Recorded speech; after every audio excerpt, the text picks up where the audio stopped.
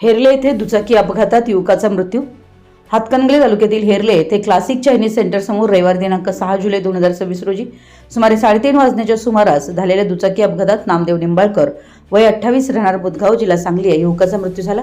प्राथमिक माहितीनुसार नामदेव निंबाळकर हे MS10DA5910 या क्रमांकाच्या स्प्लेंडर मोटरसायकलवरून बुधगावहून कोल्हापूरच्या दिशेने जात असताना हेरले येथील क्लासिक चायनीज सेंटर समोर हा अपघात घडला। अपघाताचे नेमके कारण अद्याप स्पष्ट झाले नसून त्याबाबत पोलीस तपास सुरू आहे।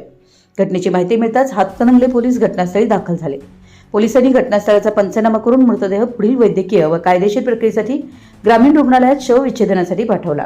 मृतदेहाची वाहतूक शिवसाई अँब्युलन्सद्वारे करण्यात आली। अपघाताची माहिती मिळताच घटनास्थळी नागरिकांनी मोठी गर्दी केली होती।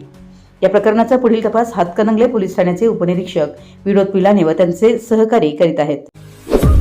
आपल्या परिसरातील महत्त्वाच्या बातम्या पाहण्यासाठी आमच्या नवसंकेत न्यूज चॅनलला YouTube वर सबस्क्राइब करा आणि बेल आयकॉन प्रेस करा।